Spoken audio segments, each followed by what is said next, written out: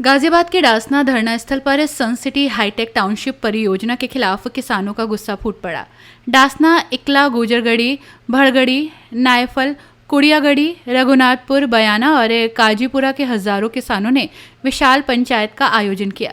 किसानों ने जीडीए पर डीपीआर बार बार बदलकर बिल्डर्स को फायदा पहुंचाने और उनकी आपत्तियों को अनसुना करने का आरोप लगाया। पंचायत में सर्वसम्मति से तय हुआ कि त्रिस्तरीय वार्ता के माध्यम से मांगे पूरी न होने पर परियोजना का पुरजोर विरोध किया जाएगा। किसानों की प्रमुख मांगे करार करने वालों को 10% विकसित प्लॉट, भूमिहीन परिवारों को 120 वर्ग मीटर प्लॉट, बची हुई जमीन वालों को 4 गुना मुआवजा और प्रभावित गांव का शहर की तर्ज पर विकास। किसानों का कहना है कि सन सिटी हाईटेक टाउनशिप के लिए अधिग्रहित भूमि पर जीडीए ने किसानों के साथ धोखा किया है। डीपीआर में बार बार बदलाव कर बिल्डर्स को लाभ पहुंचाया गया, जबकि किसानों की आपत्तियों को नजरअंदाज किया गया। पंचायत में उपस्थित बाबू भाई, फैजल हुसैन, सतीश शर्मा, अबरार, असलम, नासिर, कादिर, इमरान, आनंद नागर, धर्मवीर प्रधान, महेंद्र प्रधान आदि सैकड़ों ग्रामीणों ने एकजुटता दिखाई। किसानों ने साफ चेतावनी दी है कि यदि उनकी मांगे अनसुनी रहीं तो सन सिटी हाईटेक टाउनशिप परियोजना को पूरी तरह ठप कर दिया जाएगा।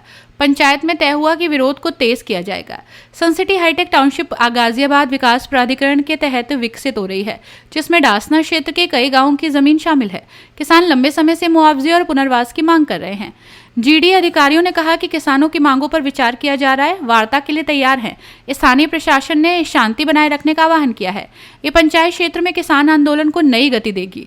स्थानीय लोग किसानों के समर्थन में हैं और मांग कर रहे हैं कि उनकी आवाज सुनी जाए। आज सन सिटी के खिलाफ जो यहाँ पर महापंचायत है, इस पर क्या कहना है? सन सिटी के जो खिलाफ महापंचायत है वो इसलिए है कि इन लोगों ने, पढ़े लिखे लोग हैं, गवर्नमेंट इनका साथ दे रही है पूरे तरीके से, और हम सब लोग हैं अनजान। जिसका बहुत बड़ा फ्रॉड तो हमारे साथ में ये हुआ कि 2011 में इन्होंने हमारी ज़मीन करार के माध्यम से ली। उस टाइम सर्किल का रेट था 2224 रुपये मीटर का, जो इन्होंने हमें दिया 1104 रुपये मीटर का। उसको इन्होंने क्या किया कि 2 चीज़ मिला दी उसमें, हमारी एक चीज़ और जो है जानबूझ के इन्होंने हमें जो है मतलब उसमें गुमराह कर दिया कि जो हमें प्लॉट मिलना था, बेरोज़गार भत्ता मिलना था, इन्होंने वो इंक्लूड कर दिया और सर्किल रेट का हमें आधा ही दिया।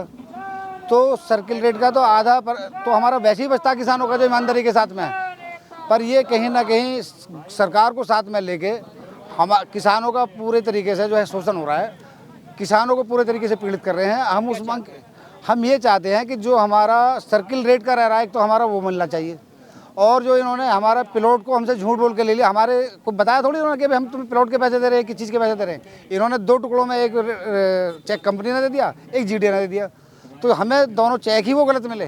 किसानों को जानकारी नहीं थी, ये तो जानकारी हमें अब निकल कर आ रही है, जो हम कोर्टों में पहुँचे हैं भाई तुमने लिया ही क्या है। तो हमारा तो सब कुछ इनके पास ही रह रहा है। और फिर इन्होंने एक और बयान दिया उस टाइम में 2016 में, जब हम धरने पर बैठे तो इन्होंने जीडीए में बैठ के कहा कि भाई हमारी ज़मीन किसानों के कब्जे में है। जब ज़मीन किसानों के कब्जे में है तो आज ये जेसीबी कैसे बगैर पूछे चला देते, किसी के भी भरे हुए खेत को जोत लेते। तो आज ये जो भी काम करे हमसे पूछ के करे, और हमारे जो रह रहा है उसको हमारा खुदा, बस ये हमारी मांग है।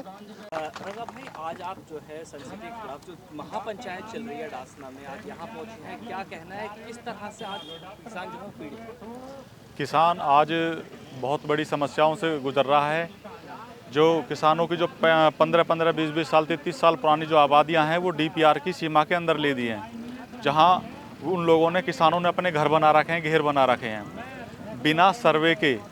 जो अब से 40 साल पहले हमारे यहाँ का जो क्षेत्र था, लेकर नक्शा उठाकर उसी पर घर बैठ के इन्होंने अपने कार्यालय में बैठ के उस पर निशान लगा दिए और डीपीआर पास होने के लिए भेज दी।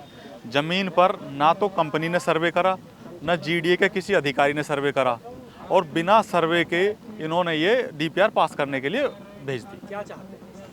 हम ये चाहते हैं कि ये जो हाईटेक सिटी की जो टाउनशिप आई हुई है सन सिटी वाली, ये यहाँ से निरस्त होकर कहीं और भेज दी जाए, क्योंकि पिछले 15-20 साल से ये कुछ नहीं कर पाए हैं, और यहाँ का जो हमारे यहाँ का जो किसान है वो अधर में फंसा हुआ है। ना तो आज वो किसान रहा। करार में तो 2011 में करार हुआ था, उसमें तो आपसे बहुत सारे वादे किए थे कि आपके क्षेत्र का विकास हो गया, या भूखंड हो गया, या परसेंटेज हो गई, या ये प्लॉट वगैरह देने की बात की गई थी।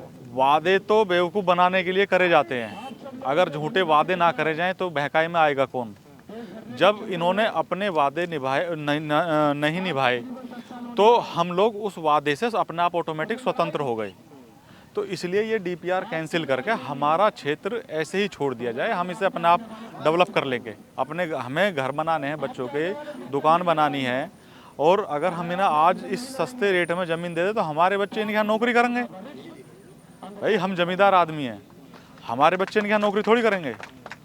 हम अपने खेतों में खेती कर लेंगे, अपने जब विकास आएगा क्षेत्र में तो किराए के जुगाड़ कर देंगे, हमारे बच्चों का लालन पालन होगा। जी है। फैसल जी, आज आप जो है यहाँ धरना चल रहा है सन सिटी के खिलाफ, क्या कहना है आपका जो महापंचायत? ये धरना आज से नहीं, धरना तकरीबन 2016 से चल रहा है, और इस धरने की जो जायज़ मांगे हैं उनको जीडीए या बिल्डर अभी तक भी पूरे नहीं कर पाए हैं। यहाँ पर जितने भी किसान लोग बैठे हैं वो अपने हक और हकूक़ की लड़ाई लड़ रहे हैं। ना तो उन्हें भूखंड दिया गया है, ना ही उनकी समस्याओं का कोई समाधान किया गया है। और अभी पूर्व में यहाँ की आबादी को लेके भी आपत्तियाँ मांगी गई थी।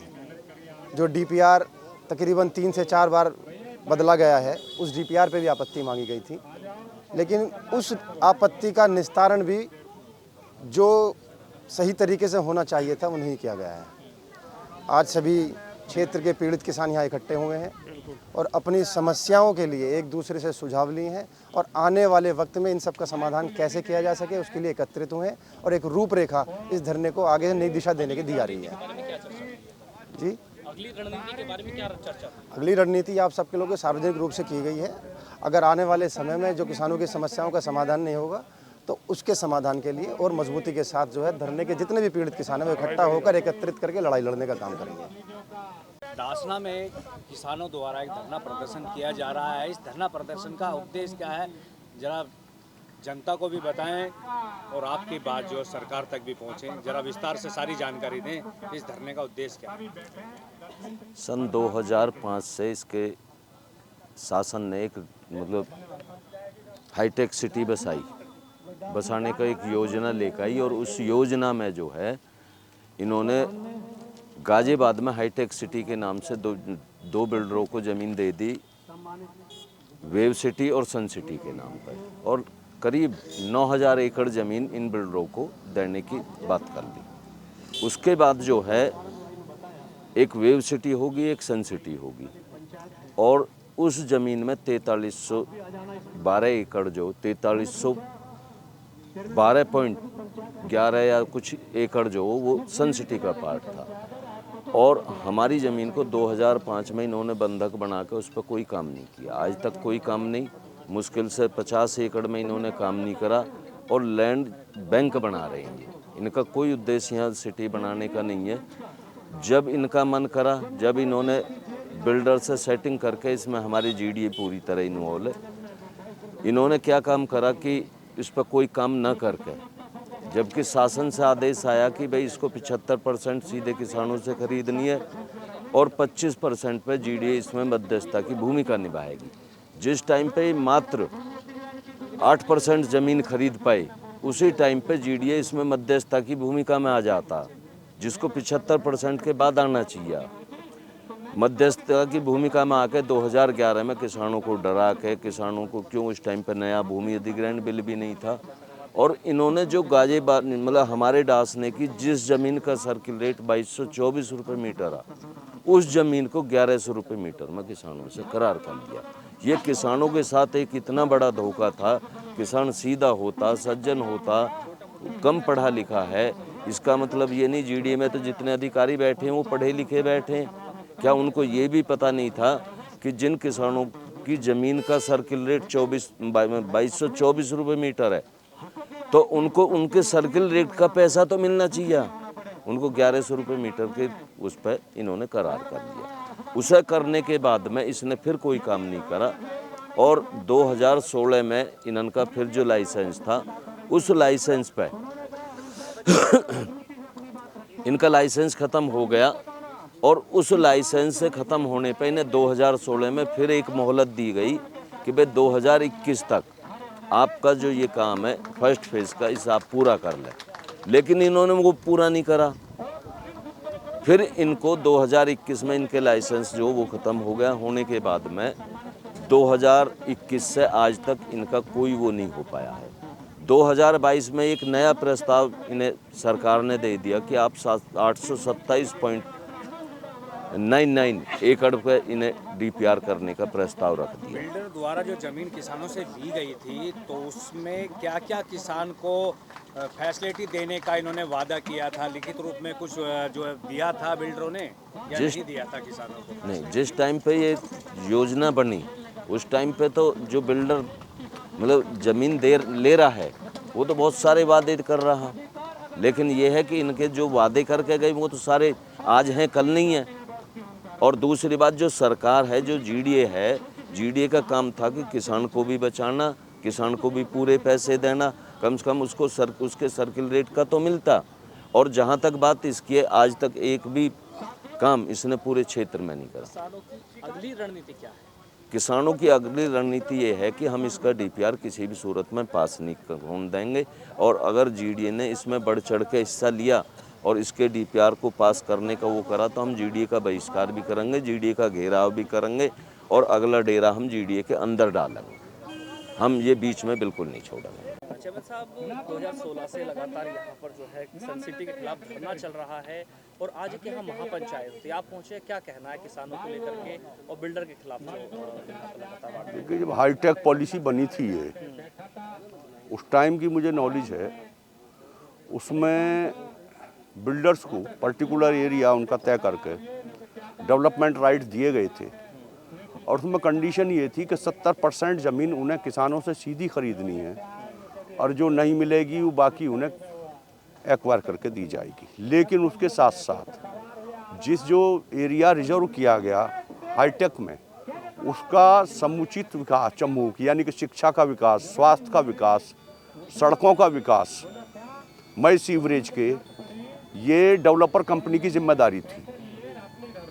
वो काम अभी तक कोई सी भी कंपनी ने, हाईटेक के 2 लाइसेंस इशू हुए थे यहाँ पर उस टाइम, एक सन सिटी और एक हाईटेक के नाम से थी, उसका नाम बाद में वेव सिटी पड़ गया। और अब तो एक्चुअल में दोनों कंपनियों का ऑनर वेव सिटी वाला ही है, भले कंपनी 2 हैं लेकिन हाईटेक पॉलिसी आई थी। उसके अलावा जो ज़मीन एक्वायर होगी उसके बदले में पुनर्वास भत्ते के साथ साथ 7% प्लॉट का प्रावधान था। 7% प्लॉट डेवलप्ड सेक्टर में, ये नहीं कि अलग सा सेक्टर हो कोई कि अलग से स्लम टाइप बना दो, पूरे नॉर्म्स के साथ जैसा हाईटेक डेवलप होगी बिल्कुल उसी तरीके से डेवलप सेक्टर होगा और किसानों को प्लॉट भी दिए जाएंगे। उसमें डेवलपमेंट चार्ज लिया जाएगा कि ज़मीन की कीमत रिफंड होगी जो दे दी गई पहले, बिल्कुल नोएडा, ग्रेटर नोएडा की तर्ज पर। ये टर्म कंडीशंस हुई थी इसमें तय। वो तो टर्म कंडीशन कोई पैदा उन्होंने पूरी करी नहीं किसी ने भी। गवर्नमेंट का रोल उस टाइम ये रहा कि जब बायर बिल्डर कायदे में ज़मीन खरीद लेता, उसके बाद में जो सरकारी ज़मीन बीच में आ रही थी उसका रिक्विजिशन बाद में होता और पर्टिकुलर उस एरिया में होता जो रिजर्व किया गया उसके लिए। लेकिन उस टाइम की लाइसेंस देने वाली सरकार नहीं, जो 2005-06 में दी गई है, उन्होंने रिक्विजिशन पहले कर दिया। चक्रोड, नाली, ऊसर, बंजर, खलियान, XYZ जो भी किसी भी नौयत की LMC थी वो रिक्विजिशन करके वो GDA के हैंडओवर कर दी। और हद ये करी कि 1 नंबर नगर पंचायत डासना का एक्वायर कर दिया नाले पार, यानी कि लाइसेंस तो पर्टिकुलर एक एरिया का मिला था उन्हें, 1200-1300 एकड़ का था उस टाइम, ज़्यादा नहीं था।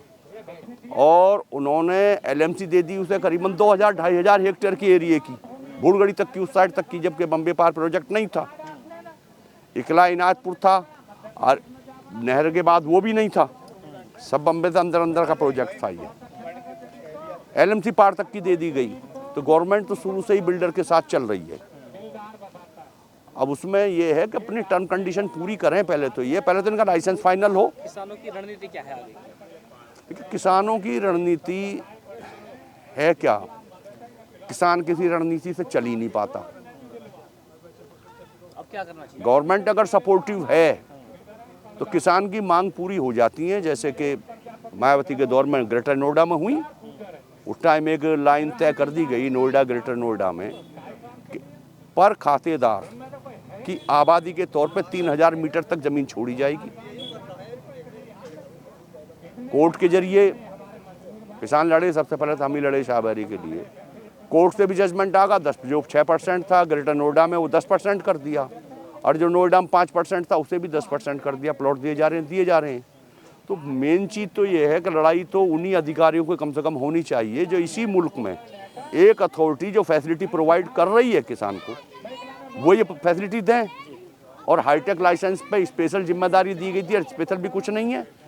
नोएडा ग्रेटर नोएडा में जो भी गांव हैं, हर तरह का विकास, शिक्षा, स्वास्थ्य, सारी चीज़ों का वो अथॉरिटी कर रही है।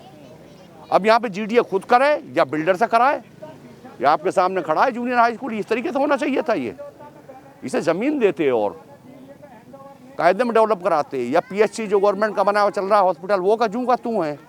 रास्तों में जो हाईटेक के बीच में दायरे मारे हैं, जहाँ कमेंट जो प्रधानी वगैरह हैं ये ख़त्म हो गई हैं, वहाँ प्रधान भी डेवलपमेंट नहीं कर पा रहा और हाईटेक कर नहीं रही। वही रास्ते ख़राब हैं इस एरिया में जो हाईटेक के अंडर में है, बाकी रास्ते सही है जो कमेटियाँ वो करा रही हैं।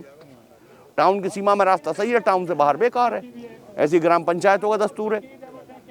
तो ये जिम्मेदारी सही तरीके से निभाई जाए, जो टर्म कंडीशन थी उन्हें पूरा किया जाए, उसके बाद ज़मीन ली जाए, सहमति से ली जाए।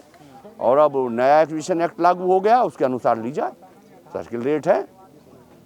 अपनी राय हमें कमेंट में ज़रूर बताएं और ऐसे ही लेटेस्ट अपडेट्स के लिए हमारे चैनल रॉयल बुलेटिन को लाइक, शेयर और सब्सक्राइब करना ना भूलें।